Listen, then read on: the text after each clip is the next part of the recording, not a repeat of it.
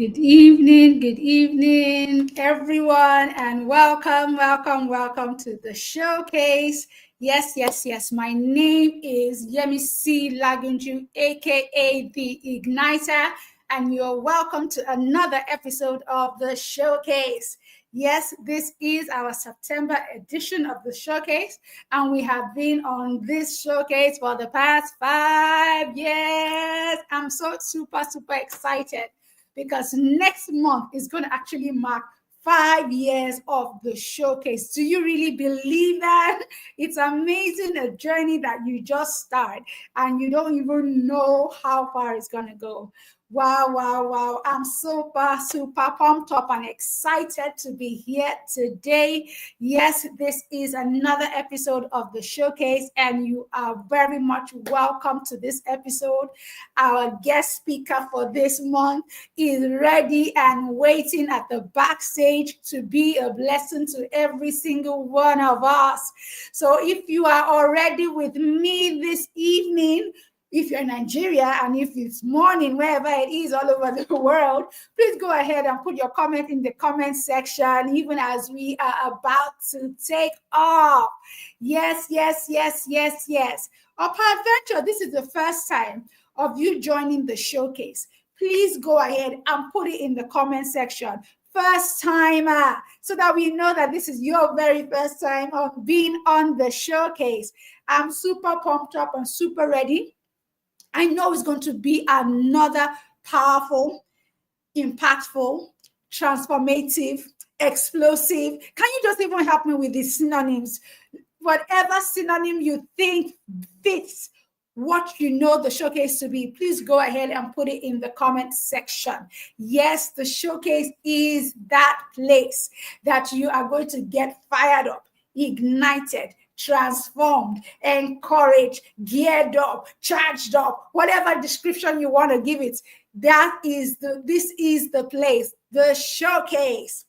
But before we go into what we have for today, just perchance this is your first time of joining the showcase, or maybe perchance you are watching the replay. You may have missed the live broadcast, but guess what? You are at the right place and at the right time. Yes, because the showcase is that platform that puts the spotlights on individuals that have discovered their life purpose, people that have discovered what they were created for and have found expression for it. Yes, that is what we do on the showcase. We talk about everything about living life purposefully and living it by design. Yes, living life by design, not by chance, not by happenstance, if I can put it that way. We live life with intentionality. We live life on purpose. We live life with a sense of direction. Yes, that is what we do on the showcase. And we talk about living a successful life, because you can't talk about true success without actually finding your place, finding your purpose, finding what makes you different from every other person. And that is where true success truly begins. And that is what we spotlight on the showcase. So once again, you are welcome to this episode of the showcase, whether you're joining us live or whether you are watching the replay, you are welcome once again. Once again, go ahead and put something in the comment section. It's encouraging to know that somebody is following and somebody is, connected with us. So we are going to, in the next 1 to 2 minutes, I am going to reel out the comments and the profile of our guest speaker. And I promise you, you will indeed be, how will I put it? You'll be endeared. You'll be like, oh my, yes, because he is, I put him as, what's the word I would use? I don't want to use a veteran. He's somebody that, yes, he has had years of experience, not just 1 or 2 decades, years of experience. And he has been such a wonderful blessing, not to just me, but even to so many people. Yes, I know you have been saying his name. Okay, so we've been talking about him, Dr. Remi Akano. Yes, I call him AKA Daddy. Yes, because he's my daddy, Yes. Okay, so I'm going to go ahead and reel out our profile for our speaker today. And I will soon be having him join us even on the live stream as we go into what we have for today. I hope we're ready and I hope we are good to go. All right, so I'm going to just go ahead and read out what we have for our profile today. So to meet our guest is not just a doctor, but he is a pastor. Pastor Remi Akano has over 20 years of dedicated involvement in men's ministry. Yes, that's why I actually said, men, you don't want to miss this episode. Yes, yes. His journey began as a men's coordinator in his local assembly before rising to serve as the national coordinator of Christian Men's Network, CMN Nigeria. By training and practice, he is a journalist. By experience and exposure, a marketing communicator. And by calling, a pastor. He carries a clear mandate to men's ministries and lives in pursuit of Christ-like manhood.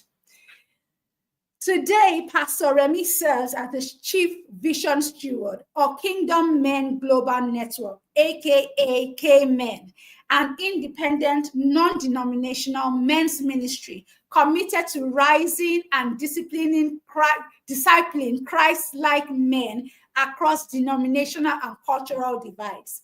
Under his leadership, K-Men has taken root in major Nigerian cities, including Lagos, Port Harcourt, Ibadan, Calabar, as well as in Mano River region of West Africa, specifically Sierra Leone and Liberia. Through K-Men, Pastor Remi is driving a global vision to inspire, equip, and connect men to embrace authentic Christ-like manhood that transforms families, churches, and the nations. Oh, my. Please help me. I don't even know if it's possible to give those emojis, those clap emojis. Let us put it in the comment section as we welcome to the stage none other than Pastor Dr. Remi Akano. Good evening, sir. I don't believe that's me.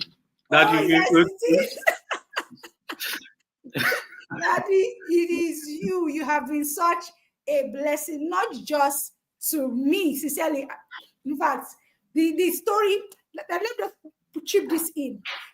There's a story that Daddy and I kind of understand. There was a season of my life, something happened.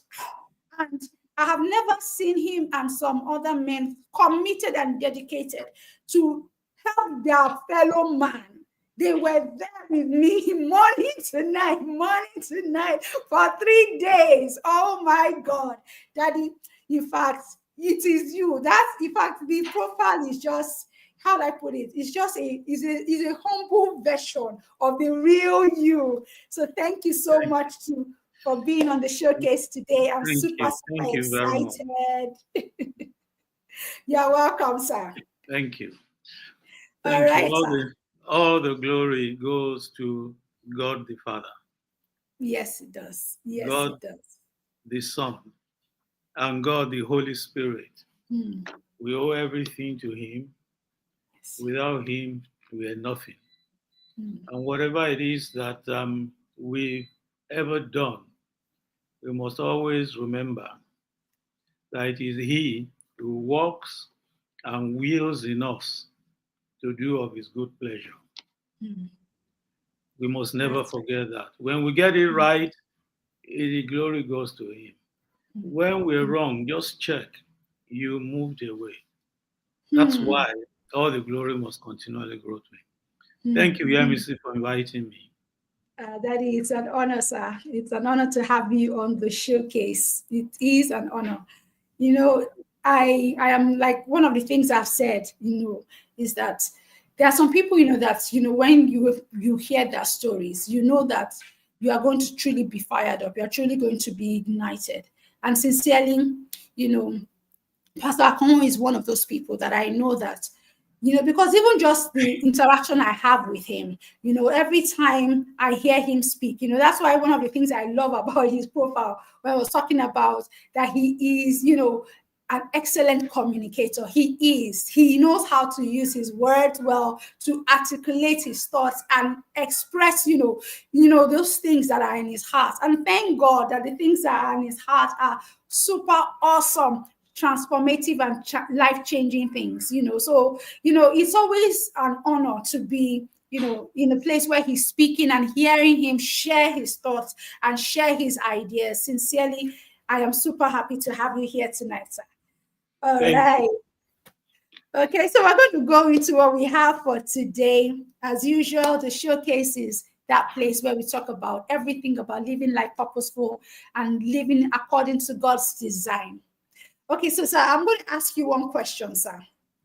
Can you, in one word, use one word to kind of describe what you would say is your purpose journey? What has it been like from the time when you began to discover that you had a purpose, even up until now? If you can just put it in one word, what word would best describe your journey?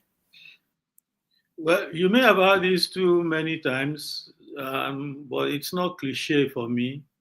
Grace is the word. It's not cliche in any sense. From the beginning right up until this moment, it's been grace. Because there has been nothing in my life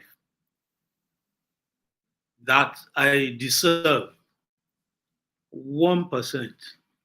In other words, there are situations where many people find that, okay, so I went to the right school or something, I studied the right course. That is why I'm where I am. I mean, that has contributed to where I am. And you can measure it and talk about maybe that's 30% of the journey. For me, it's just been grace. Wow. Grace, one of the things that, for those of us that were privileged to catch the last episode, the theme for last month was unstoppable grace.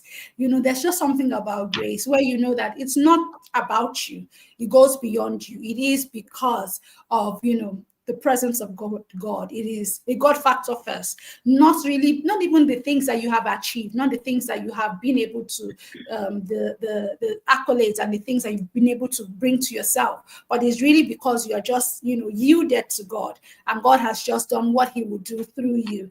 Okay, sir. So you said grace. Grace is that word that sums everything up about your life. I would like to ask, sir, would you say you had always lived your life, even as a young person, as a young child, you had always lived in the consciousness of purpose that, oh, I know I have purpose, so you've always been working in purpose? Would you say that you have always lived in the sense of having a purpose, or was it something that along the line you discovered? Okay, let's put it this way. I started life wanting to be a media person, a journalist, and that came out of the fact that I had some abilities, if you like, in the writing and information gathering area. But I didn't know how to go about it. I grew up in Ibadan, and someone like your husband may know what it is to grow up in Ibadan. At a point, actually, in the media, I did a column where I changed my name to Remi Ibadan for reasons that I shall mention later. See, from the beginning, I knew what I wanted, but you see, it's simply a case of, okay, so how are you going to go about it? So when I speak about grace, at a time when I knew zero about Jesus, I knew nothing about God. he simply directed me to, okay, so you want to be a journalist? This is where to start.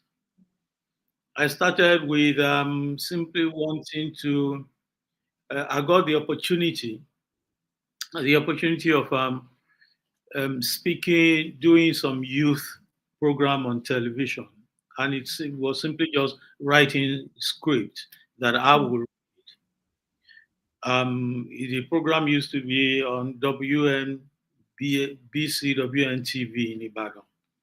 Uh, And that was how I started. But how did I get the opportunity? Um, I had issues with going to school. There was a point where you say my father is this person who wanted only the very best for us.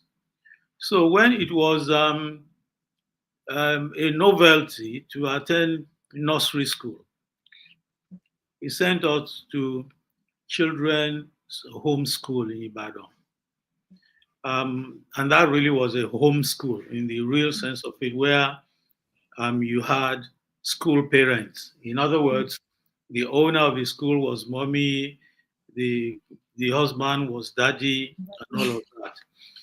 And everybody else was brother and stuff like that. They had their own children too in the school. So he wanted the best for us.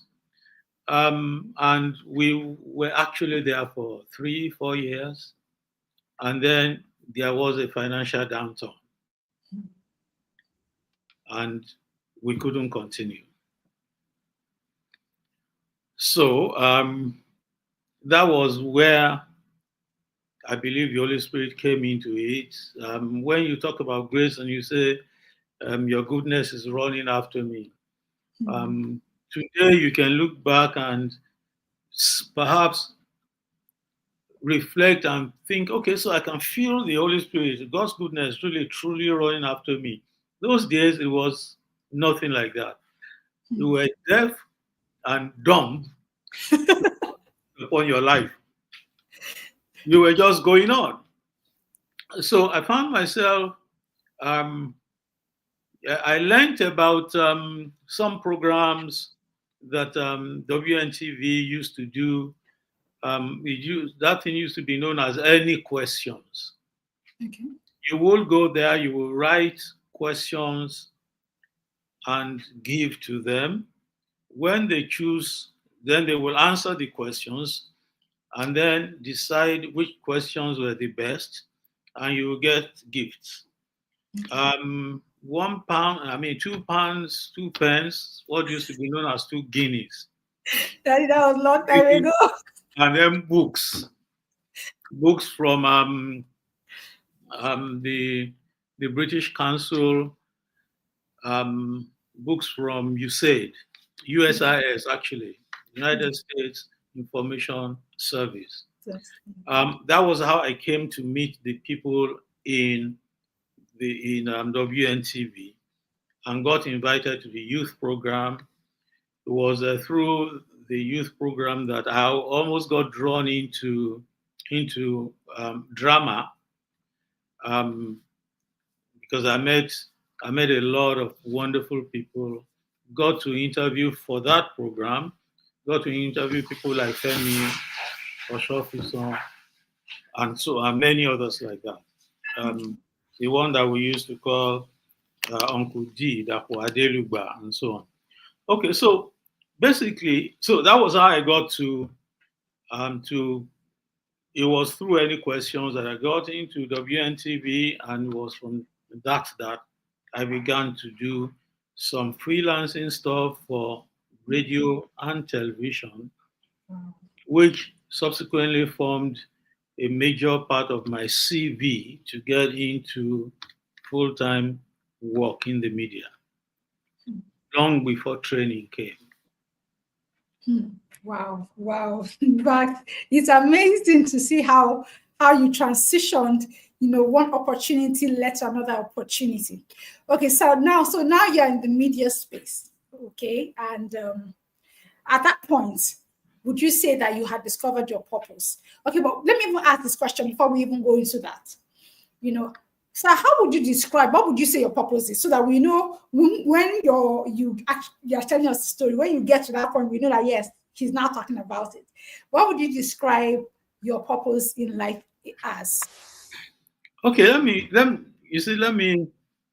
you a little story about it, because the I thought I had found my purpose at a point, which was to be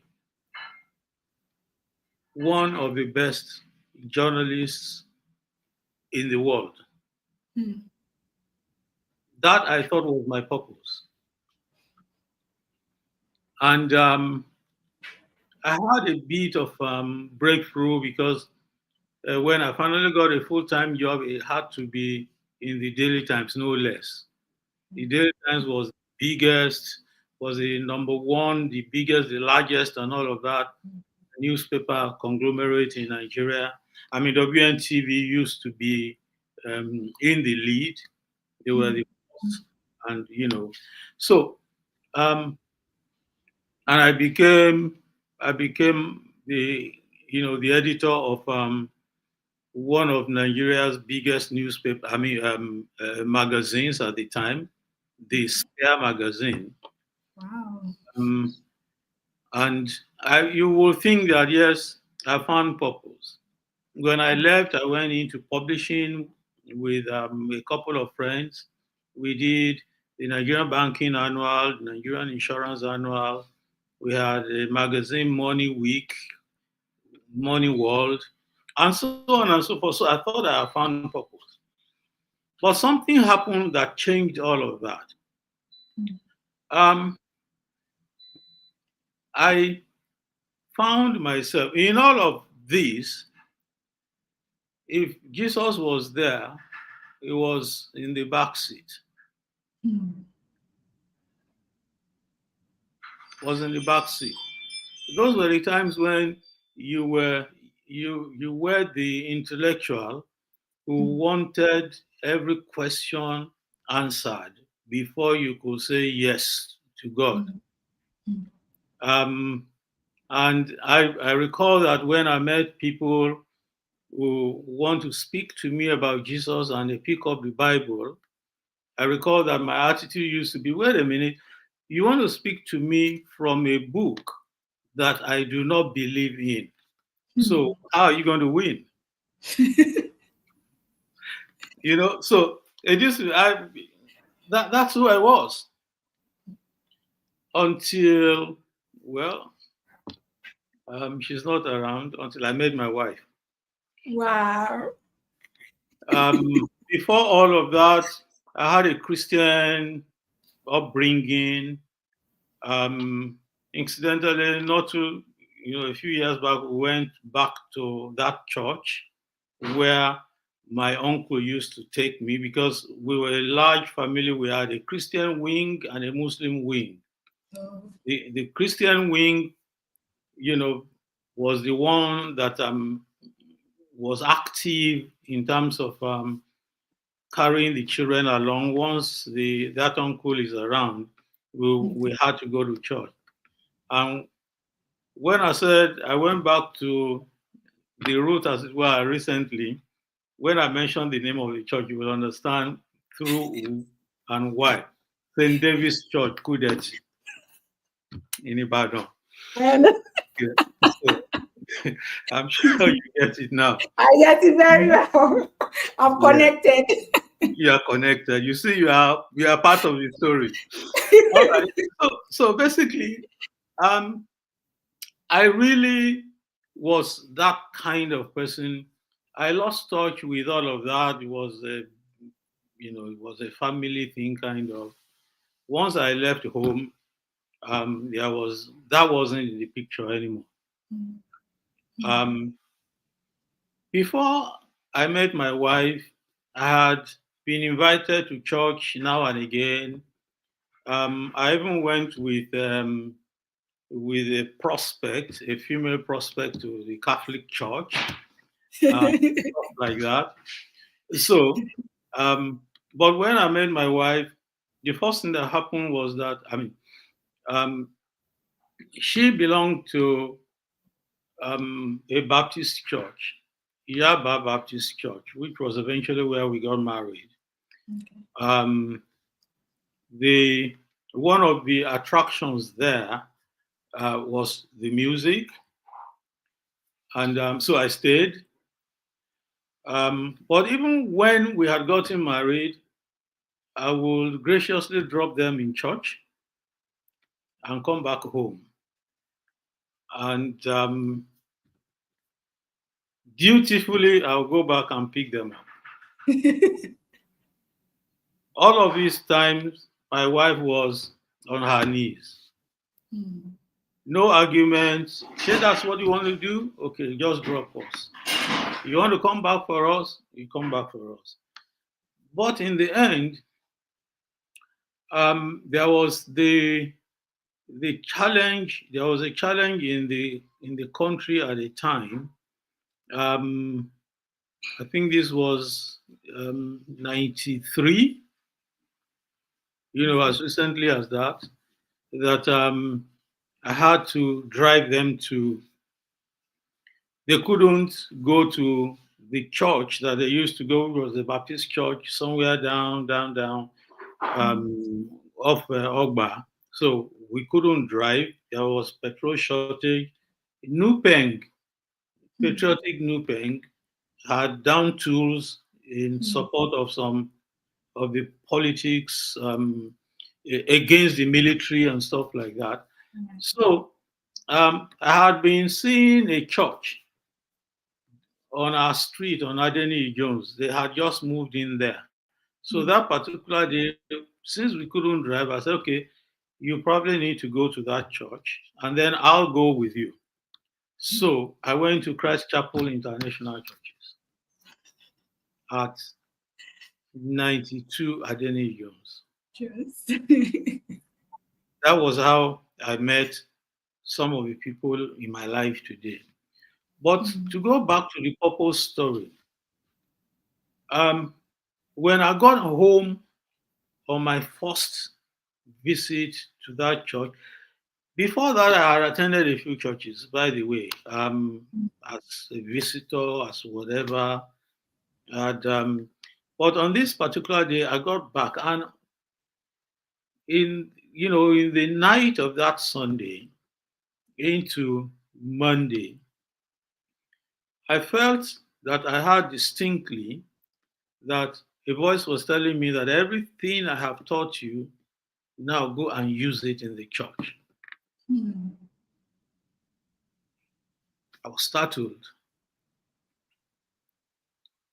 So that was the beginning of the purpose. Wow. Mm. Mm. All I had been I've been, um, in fact, for journalism, I thought that if nothing else, I will grow in publishing. We had, in the meantime, also built, we're on our way to building what you might call what was looking like a media conglomerate because we had then gone into, apart from publishing and journalism, we are then gone into advertising and public relations. So I was having the time of my life because we had this thing. We were the first to publish an annual in Nigeria, Nigeria Banking Annual, and we're the first to start something that was, that nobody was doing at the time. Awards. We did the Nigeria um, Banking Annual Banker of the Year award. We did it for several years. It was, you know, and what happened was that every time we did it, we had corporate Nigeria listening. They will be there. From the governor of central bank to minister of finance and all of that, we we will have something like the top 100 financial directors and all of that in one room. That enabled us to start the public relations business, start advertising, and all of that. So, but that morning, early morning, that working. Everything I have taught you now, go and use it in the church. That was the beginning. Wow. As they say, Wow. as the cliche will go, well, the rest is history.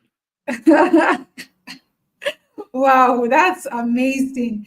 Because listening to your story and hearing how you have climbed the, let's say, the success ladder, and the ladder looks like is in the right place. There's a saying that a lot of people, they kind of climb the ladder of success only to find out that the ladder had been leaning against the wrong wall. So it was somewhat like that. You have climbed the ladder. Life is good. The right place. And now you're hearing everything you've heard, learned, everything you've gotten over the years. It's time to use it in the church. So now I'm going to ask you, sir. So how did you now find from there? How did you now find how to use that in the church? Were you maybe like I don't know then. I doubt if there was the social media department like now, but probably there was a media team. Okay, so did you join the media team or something? How did that go? Ironically, um, my understanding of it at the moment was exactly the way you just you know described it. It was as if what God was saying to me was, go and run the media department of the church. Mm. Um, it didn't start like that. The way it started was that a few years into my my presence, my attendance in church, my participation in church, um, it was time to revive the what used to be known as Champions for Christ. What was Champions for Christ at the time? It was time to revive it in the Ikeja Center, the Rehabaya Center, and this is where I say grace. It's got all of these, many of these things have very little to do with me. In fact, sometimes zero to do with me. Um, Mm. After service one day, we decided men should meet. And because it was a kind of resuscitation, you needed to appoint a new executive. Mm. In appointing elect the new executive, because we were really going expected to vote. And then then we had these nominations. I was nominated. Three others were nominated. Of the four of us, I was certainly the least known, and if only they knew, the least qualified. Mm. But the pastor decided, okay, the four of you go to that corner and go and pick one of you. And that was the conspiracy that got me picked. Um, so it was an interesting thing because for me, I knew very little about men's ministry. All that I knew was all that I've learned in the place from listening to um, Ed Cole, because we Mm. had something that used to be known as Christian Men's Video Network. So we will listen to his messages and so on, and then we'll go. So I was like that blank, Mm. check that somebody could write on, and I think that perhaps was what God wanted. Wow. One of the people who picked me from amongst us is still in church. Dick Inshoroye. It was one of the people. I can't tell whether I was the one who planned the coup, because he's perhaps the only one who knew anything about me amongst the in fact, the one I consider the best qualified person. Um, he's still around these days, but okay, he's no longer in our church. So that was how it started. I started with that. I came into, the ministry to men through Champions for Christ, and that was where it turns out that everything that I had learned, including the things that I had gone through, the um, the lack of spiritual leadership in my home, all of that played into what I was supposed to go and do. Now you know that you didn't have spiritual leadership at home. You may have been a good father in the secular sense. You may have been a good father providing whatever, but you were not providing spiritual leadership. That's among the things that I learned in the meantime. Of course, I subsequently went into the media space um, in the church. Um, that started that started with the way we handled the first program under my leadership.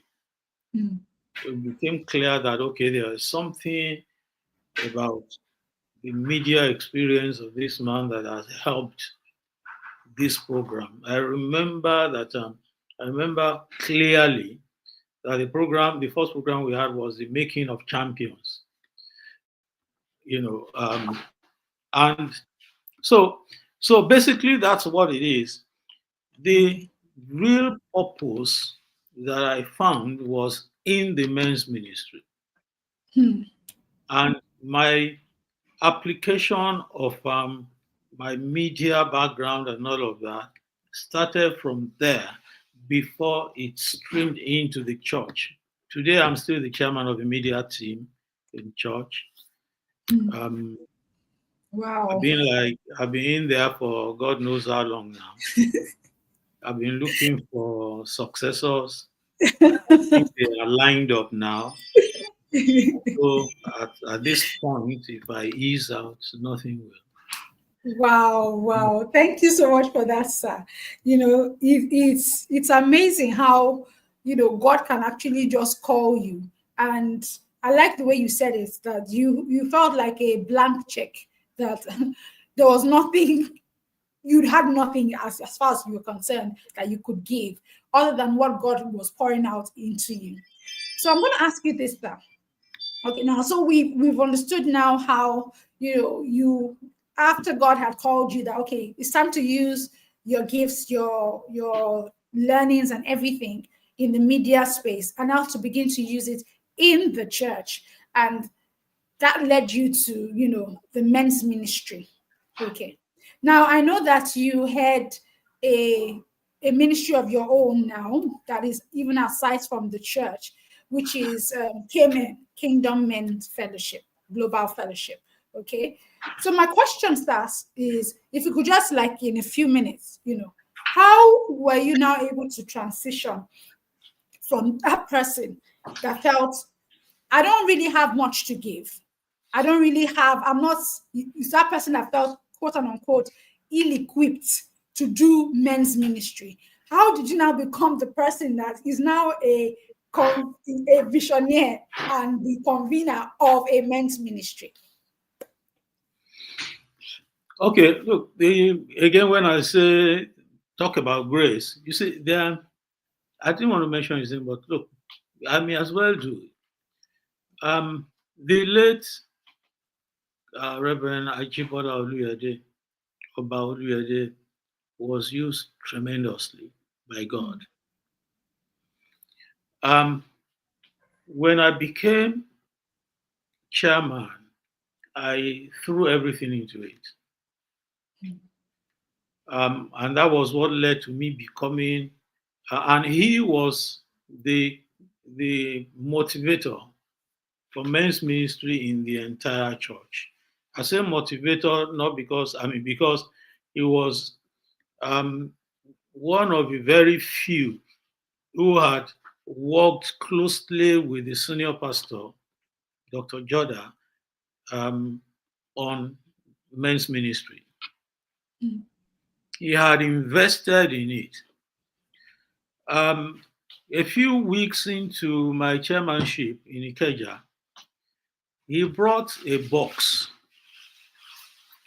um, a trunk box Mm. filled with books and tapes on, from Christian Men's Network. Wow. It was supposed to be on loan, but in the end, it became my property because he then, simply let it go. Mm. So from that point, because I had those books and those tapes, every time we had a program in church that's a church-wide program, for instance, camp meeting, I found myself setting up a stand. I found myself displaying those books, and most of which I had read by this Mm. time. Um, so it became like sometimes I found myself the only one manning the stand. For many years, I would be the only one manning the stand. In fact, I was at the stand the day they invited me in and ordained me pastor from the blues. The point I'm making, therefore, is this: is that for me, it was just there was just a certain drive, a certain zeal that if no one was going to do it, I was going to do it. Wow. But as it turned out, everything that I was doing, there were people that used to be my children. Then some of my brothers began to join, and all of that, and that was how we sustained the Ikeja. And the Mm. Ikeja team became if you like, the nucleus of Mm. the church's ministry to men. Yeah. Um, it still is today. I hope there's nobody out there who would like to contest that, but it still is today. Um, so it was in the process of running that we then had some internal challenges. There are things you can't talk about this, because of the people involved. We had internal challenges, and because of those challenges, there was a point where it was as if we were being told, okay, let me explain that one little, fill a gap there. In moving from CFC, Champions for Christ, to Christian Men's Network at that time, um, we became a non-church. That is to say, we became a kind of ecumenical ministry Okay. because we were, as CMN, we've been able to attract people from some other churches. That created its problem in the sense that some of our leaders in some of the centers were beginning to disconnect with their pastors. Mm. So that, in fact, was, one of the major challenges. So at CMN, because we already now had these people from outside involved in the ministry, when we were having our internal challenges in church, I had to approach the senior pastors, my spiritual parents, to say, look, if we are really going to slow down on this, we have responsibilities to men who are outside of our own church. Mm. And so I requested that I be allowed to continue, which was what subsequently led to the birth of Kingdom Men Global Network. Wow. Wow. Wow. It's amazing for me because looking at your story, starting off in the media space, and now you are in men's ministry. Okay, so can I ask you this, sir? You've been in the men ministry now, I'm sure definitely is 20 plus or even more than that already. Yeah. And how would you, describe that experience? Because you come from a place where you felt I'm not equipped for this. I have come to a place where you know this is what you were made for. You are confident that this is why I am here. I am here for such a time as this. Let me put it as the way Esther put it. Mm. You've come to a place where you completely own that this is what I've been called to, and you are running with it.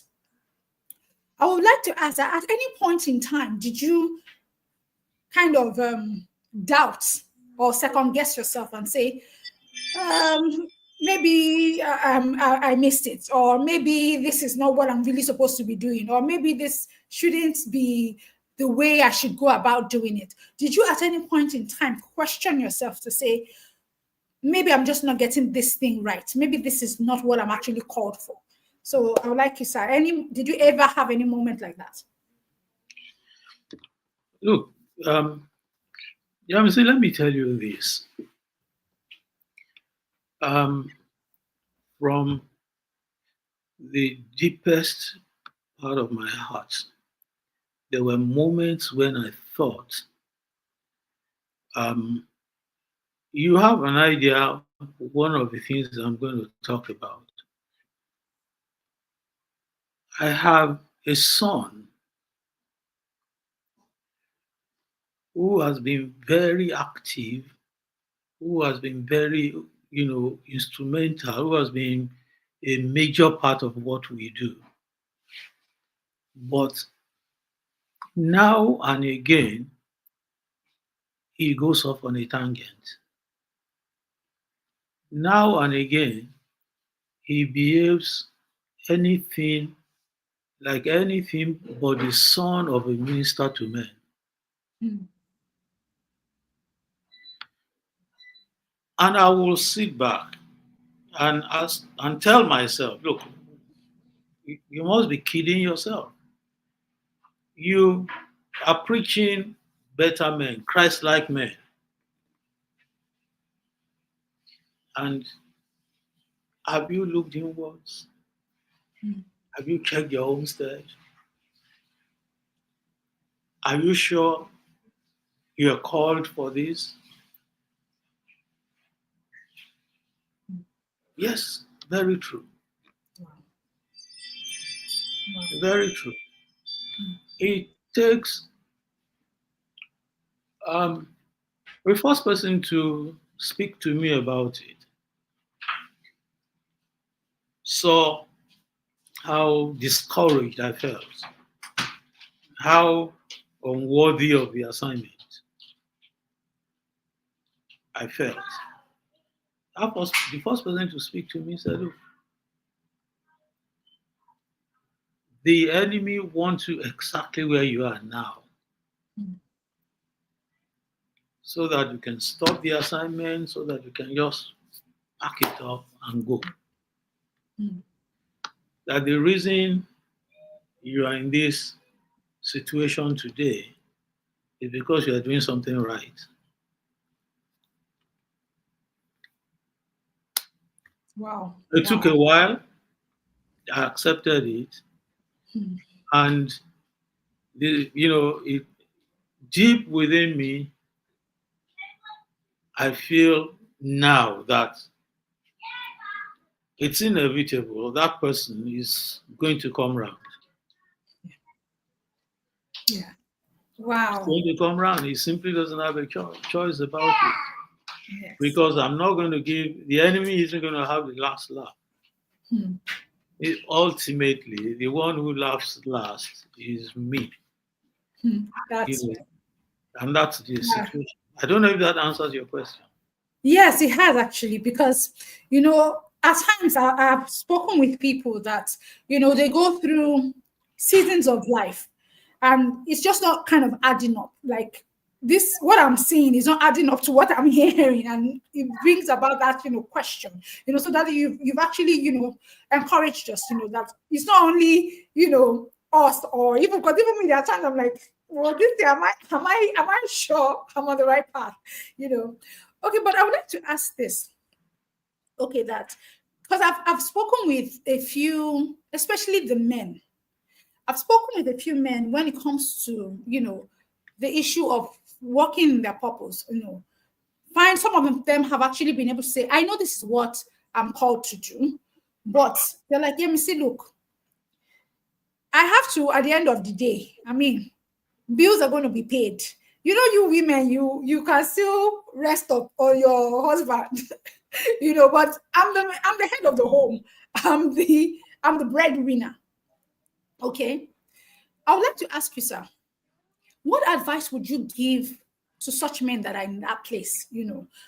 Or more like, how have you been able to balance it such that, because at the end of the day, you're doing ministry. Ministry is not necessarily, is not a profit making venture. So at the end of the day, you still have bills that are going to be paid. I like the way you said grace, grace, grace. But has grace covered everything? Or what would you say to such men? Because I've actually had two men that I've had that talk with, and they're like, I'm 100% I agree with you on this purpose thing, but it ain't gonna pay the bills. So what do I do? Okay, this is not going to be popular, but see, the first mistake that we make is to think that the bill is ours. And once you start from that position, um, and that's the place the enemy wants us. And it's one of the major problems we men have. Damn right I'm somebody. Damn right I'm the one responsible here. And yes, you are. But if you are in purpose, those other assignments that God has given you will be taken care of. Um, it really sounds, for many people, it sounds um, academic or theoretical or whatever. But you see, for as long as the bill is Papa God's, it's going to get paid. So, um, in some situations, it's the same God who will give you some other assignments that will pay the bill if you're listening to Him.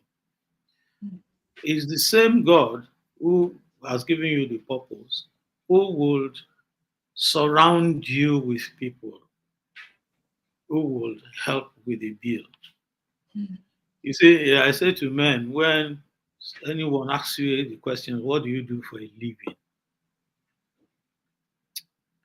I say to them, you don't do anything for a living.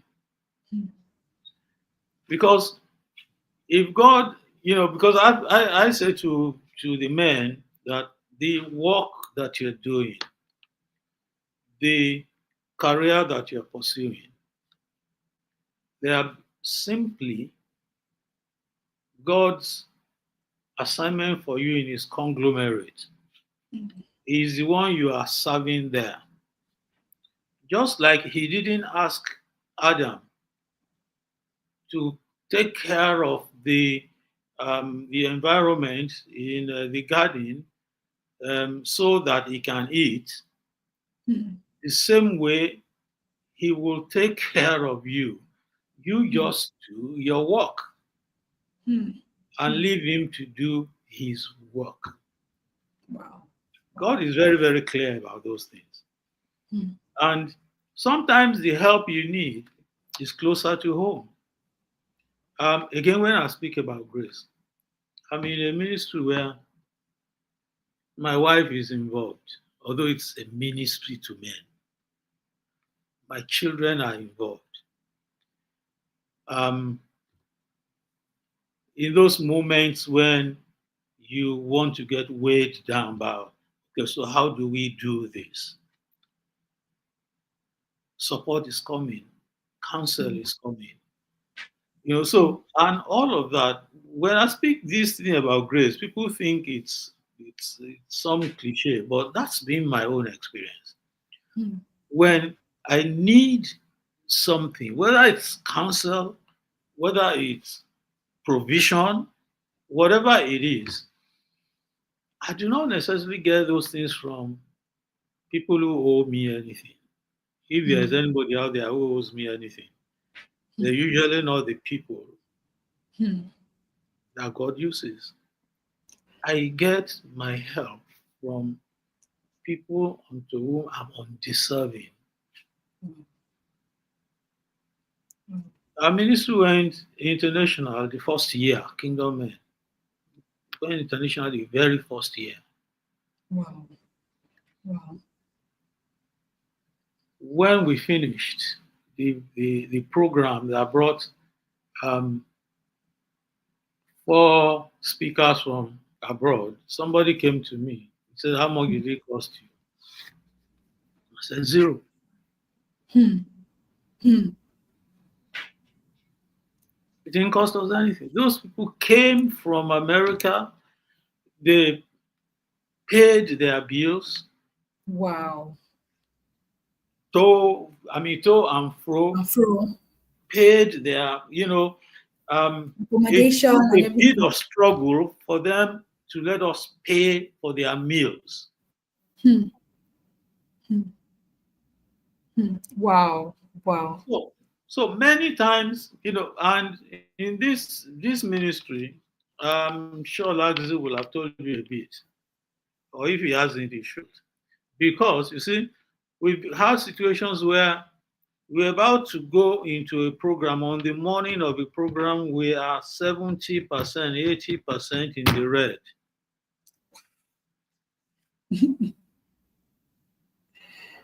And by close of event, it's all gone. Wow. Wow. In fact, I would like to ask something because a lot of times I realize that when people talk about their purpose and they look at, what it is that they sense in their heart, what they see, the big picture. The picture is really like so massive, is like so huge. And they look at themselves and they're like, I mean, the two does not correlate, as in, how do I get from here to where I'm going? As we are about to round off now, Daddy, I would like to ask you to just, not just even to the men alone, but even to everyone that's here, that's connected, what would that advice be to them? Because I mean, it requires a lot. You look at yourself where you are and what you see in your heart, what you see as, where God would have you be or have you do is like enormous. How do you step out? How do you do it? What has been the experience for you? That word of encouragement, that's basically what I'm asking. How would you encourage that person to step out onto the ocean and say, onto the sea and say, okay, let me go. From my experience, one of the first things that happens to us is that we minimize our achievements to date. Many times we forget where we came from before we got to where we are. Hmm. So, and what that does to us is to make us feel um, unable to um, to achieve greater things. When you do not see where you are as big, as great, whereas if you check from where you came from to where you are, you will see that as they say these days, you may not be where you want to be. You certainly are not where you were. And if we recognize that the same God who took us from where we are to where we are is alive and willing and able to take us to where we want to go, then we will worry less. It's so the first thing is um, God just doesn't happen to you when you have a big dream. It's been happening to you when you had those small dreams. Wow. And he's the one who took you from those small dreams to where you are.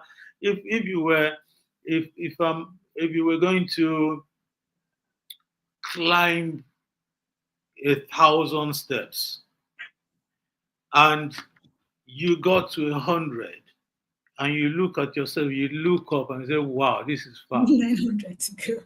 You remember that you came from step 1 to get to 100. The same grace, as far as God is concerned, the same grace that took you from 1 to 100 is always sufficient to take you further and higher and higher and higher. So never ever minimize where you came from. That's the first point. The second point is, if there is God in your life and you're sure that that step 1,000 is the one asking you to go, then you've got to have faith and leave it in his hands. Sometimes it's our Harvard Business School strategies, the business strategy classes, and all of that are getting in the way. And those things, they are good. But because they are one size fits all, they now and again fail. Because God is the only one who knows the answer, the solution to a particular situation.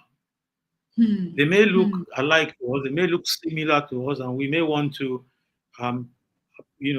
assign the same strategy, use the same strategies. It doesn't work that way.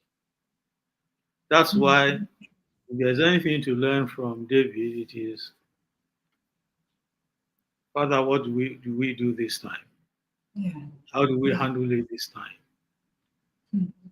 So I hope that answers the question. Yes, it does. Yes, it does. In fact, well, just looking at the time, it's amazing that it's already an hour plus, because I've sincerely been so blessed hearing your story, knowing that coming from a totally different background, having expected that, your life is going in this direction, this is where you're going, and God kind of just turns you in a totally different direction. Somebody that did not even want to really, church was not his thing. And now you are doing full-time full-time men ministry. It is amazing. It's amazing. Thank you so much, sir. I really appreciate your time. I wouldn't want to make this session too long, but just as we are about to close, I just want to give us one word. When you think about purpose in retrospect, as from the beginning to the end, generally, what would you say? What would you just, in a few sentences, sir, what would you say to the people listening right now? How would you encourage them as regards, their purpose and, what's in your heart to just share with them as we close, sir? Okay, so basically what I want to say, and this is something that we men have to understand. It doesn't matter what is happening around us. What is happening in us is far, far, far more important. And that which is happening in us needs to be that which we allow the Holy Spirit to put in there. One of the things that I find about purpose is that purpose is other-centered.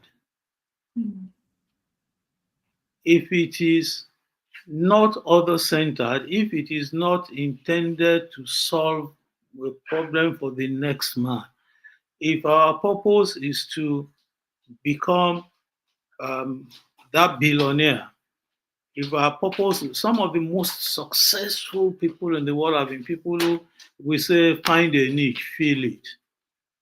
Okay?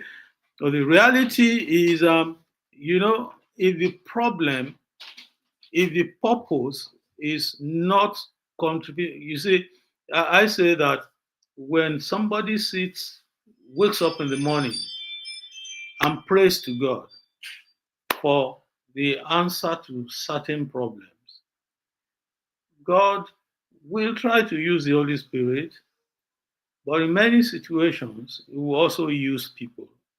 When what you're doing consistently become God's answer to somebody's prayer, that's when you are fulfilling purpose.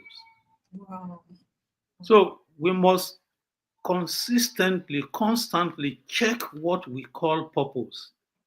Once it is solving some other people's problem or a group of persons' problems, when it is providing solution to problems that people have taken to God, then we are in purpose.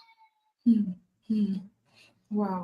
If all it does is take care of your daily bread and all of that, you're simply serving yourself.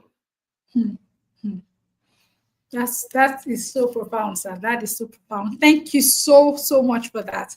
It's like one of the things that I share from time to time when I talk about purpose. I say there are 4 P's of purpose. There's passion, potential, profit, and people.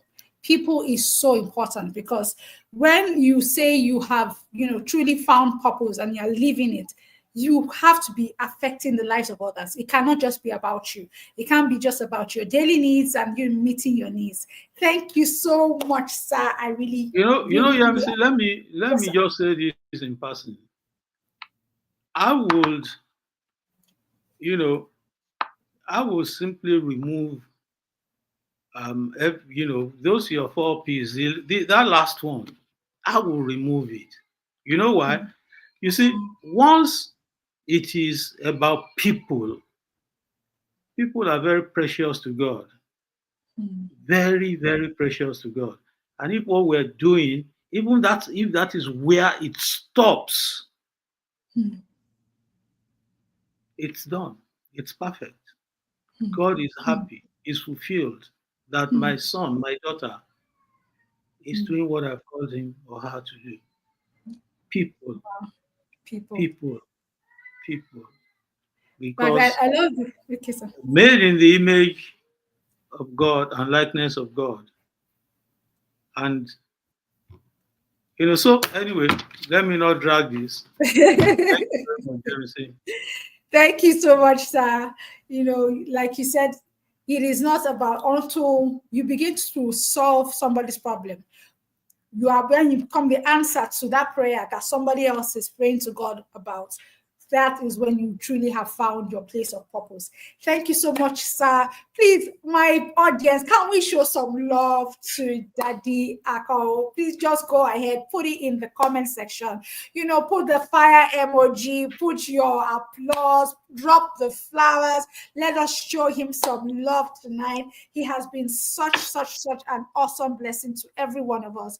Thank you so much, sir. I really, truly appreciate everything that you have shared, your story, how you shared yourself with us and everything.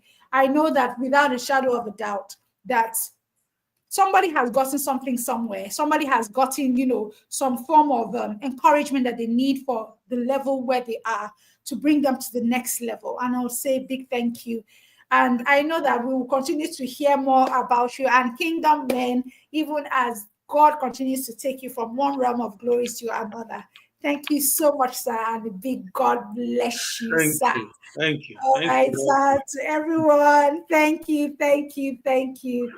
All right, we're going to have to wrap up on tonight's episode. Insight. It has been an insightful one for every one of us. I have no doubt about that, because hearing his story, it's amazing how God, you think this is where you are heading, and you be amazed to see how God, just turns you around and says, this is the right direction, So may we find ourselves, on the right path. May we find ourselves, doing the right thing. May we not end up finding ourselves that we climb the success ladder and only to get to the top and realize that we were leaning against the wrong wall. May purpose find us in the right place. May purpose direct us aright. And may purpose continue to strengthen you. And as you continue to walk in purpose, continue to live life purposefully, impacting your life, impacting your world, impacting the people around you. And guess what? You continue to see God's grace made available to you on every single side. Thank you to everyone. This has been a wonderful session. Our time is fast spent. So till we see again next month for another beautiful, wonderful, and glorious episode of the Showcase. It's me, MC, saying to you, keep living life purposeful by design. Till we see again next one, God bless you and remain blessed.